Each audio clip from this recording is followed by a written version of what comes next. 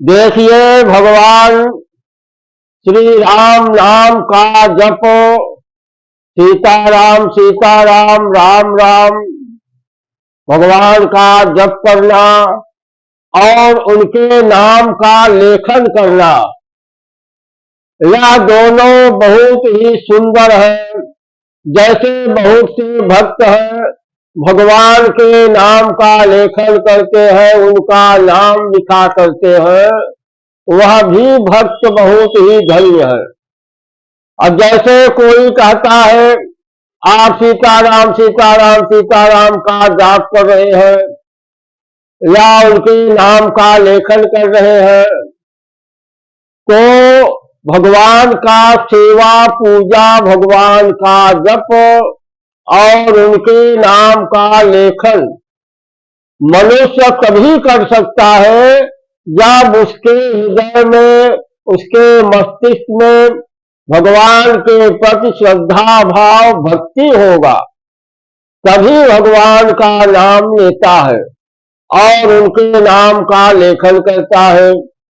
और जब भगवान की भक्ति उसके अंदर नहीं होगी, तो उसकी इच्छा कभी नहीं करेगी कि हमको जाप करना है, भगवान की सेवा करना है या धर्मार्थ कार्य करना है। तो जब भक्ति होती है तभी मनुष्य कोई भी धर्मार्थ कार्य करता है, और वह तब करता है जब भगवान की इच्छा होती है। भगवान की भक्ति भगवान की इच्छा से ही प्राप्त होती है। जिससे जो कुछ कराना चाहते हैं वह प्रभु खुद ही करवाते हैं। किसी के हाथ से जस करा देते हैं और किसी के हाथ से अपजस करवा देते हैं। तो सारा कार्य भगवान की इच्छा से ही होता है। इसलिए भगवान की इच्छा प्राप्त करने के लिए यह कर्म भूमि है, आपको कर्म करना पड़ेगा। जबरदस्ती बिना मन के, मन हो या न हो तो भी आप माला लेकर बैठ जाइए और भगवान के आगे बैठे रहिए और सीताराम नाम का जप जितना देर तक मन लगे आप उतनी देर तक के भगवान का जप करें और धीरे धीरे भगवान की सेवा भी करते रहे। तो ऐसा करने से धीरे धीरे आपका अभ्यास होता चला जाएगा और आपका मन भगवान के जप में, सेवा में लग जाएगा। तो जब आप ऐसे करने लगेंगे तो भगवान की कृपा अपने आप होने लगेगी। जब भगवान की कृपा होने लगेगी तो भक्ति जो है अपने आप जागृत हो जाएगी। जब भक्ति जागृत होने लगेगी तो आपको एक सच्चे संत से भगवान जो है मुलाकात करवा देंगे और उन्हीं से आपको ज्ञान प्राप्त हो जाएगा। क्योंकि बिन सत्संग विवेक न होई, राम कृपा बिन सुलभ न सोई। बिना सत्संग के ज्ञान पैदा नहीं होता और वह ज्ञान बिना भगवान की कृपा के नहीं प्राप्त होता। और संत आपको तभी मिलेंगे जब भगवान की असीम कृपा आप पे होगी, तब जो है आपको सच्चे संत से मुलाकात होगी। तो संत से मुलाकात करने के लिए पहले आपको प्रभु के शरण में जाना पड़ेगा, उनका भजन करना पड़ेगा। जब आप भगवान के भजन को करेंगे, उनके नाम को जपेंगे, तब कृपा करेंगे और आपको एक सच्चे संत से मुलाकात हो जाएगी। तो उसके बाद आपको सच्चा ज्ञान प्राप्त होगा।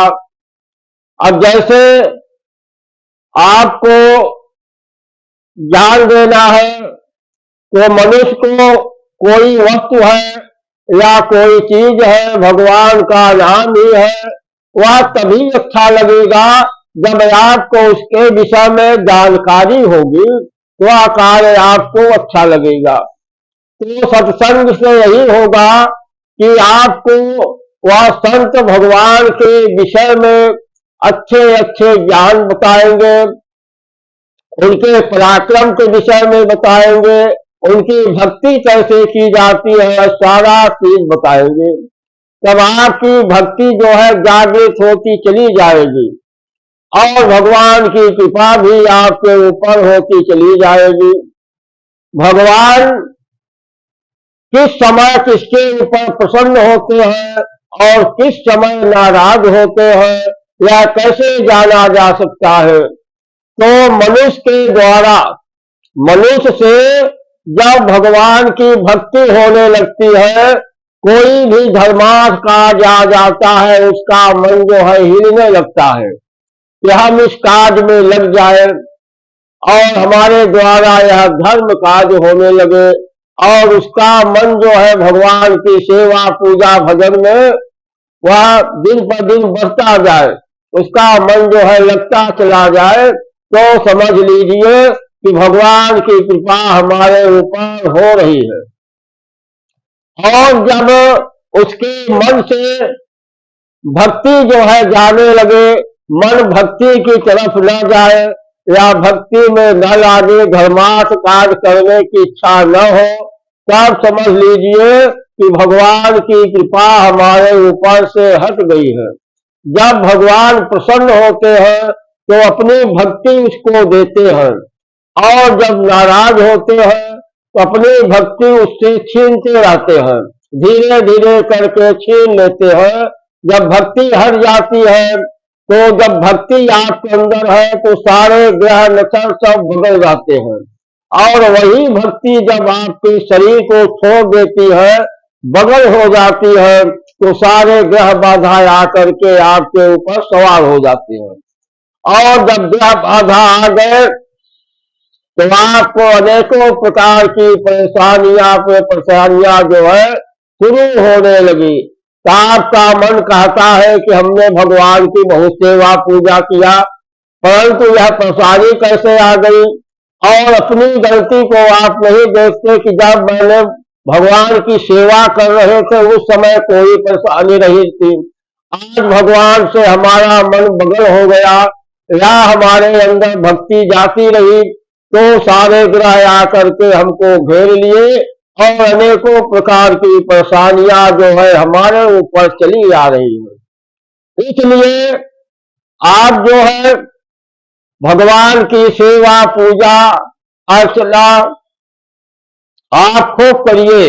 वह तभी बंद होने का लक्षण होता है कि जैसे आप बैठ करके 4 घंटे 5 घंटे 10 घंटे भगवान की सेवा पूजा कर रहे हैं, तो यह कार्य संभव होता है क्योंकि आप गृहस्थ आश्रम में हैं, तो आपके पास अनेकों प्रकार का कार्य है, तो उसमें आप बैठ जाएंगे तो आपके आगे का कार्य रुक जाएगा।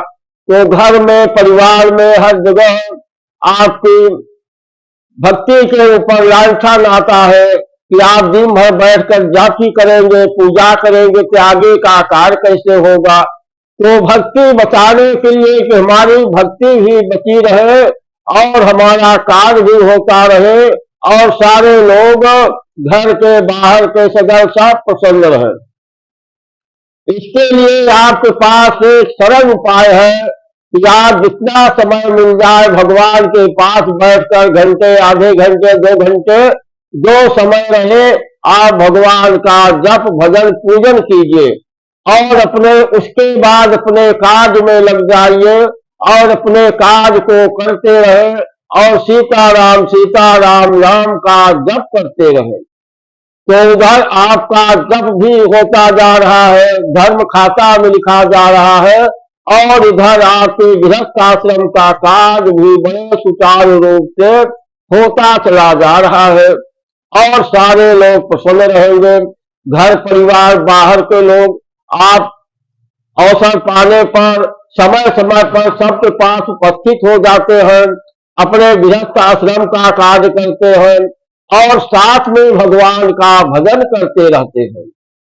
तो इससे आपके गृहस्थी का कार्य भी हो रहा है और सबके सामने आप पहुंच भी जाते हैं और भगवान का नाम भी होता जा रहा है। वहाँ जो है धर्म लोक भी आपका ठीक होता जा रहा है, और इधर गृहस्थ आश्रम भी मृत्यु लोक में आप है वहाँ भी ठीक होता जा रहा है। तो भगवान के नाम में कितना बड़ा गुण है और कितना सरल उपाय आपके पास है कि आप अपने कार्य को भी करते रहे और भगवान का नाम लेते रहे। न तो आपका किसी प्रकार का अकार्य होगा और न इसमें पैसा लगेगा, तो आप भगवान का नाम भी होता जाएगा।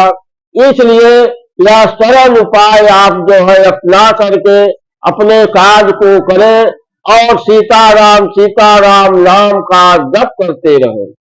सुबह शाम जब भी समय मिल जाए आप बैठकर भगवान के सामने उच्च स्वर से भगवान का कीर्तन करें, और किसी के सामने आप हैं तो केवल भगवान का गुणगान करें और उसके सामने भी भक्ति का नाम ले, जिससे कि इसका भी मन भक्ति में लग जाए। तो देखिए भगवान का नाम कितना सरल है और कितना शक्तिशाली नाम है, परंतु यह कर्म भूमि है। यह सारा खेल तभी होगा जब आप भगवान के भजन में लग जाएंगे, उनके नाम का लेखन करने लगेंगे, तब यह सारा खेल होगा। भगवान की कृपा आपके ऊपर प्राप्त होगी और आपका संकट भी दूर होता जाएगा, क्योंकि आप भगवान का भजन कर रहे हैं।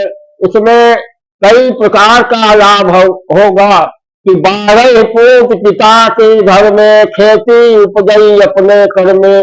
आप धर्म करेंगे, भगवान का नाम लेंगे, तो आपका बच्चा जो है परिवार हमेशा आगे की तरफ बढ़ता चला जाएगा। और इधर गृहस्थ आश्रम भी आपका बहुत अच्छे ढंग से सुचारू रूप से चलता जाएगा। और उधर जो भगवान का आप नाम ले रहे हैं, उधर वैकुंठ लोक में भी धर्म खाता में आपका नाम लिखा जाएगा और अंधकाल में आपको सत्य लोक परम धाम वैकुंठ लोक की प्राप्ति होगी। जय श्री राम, जय श्री राम।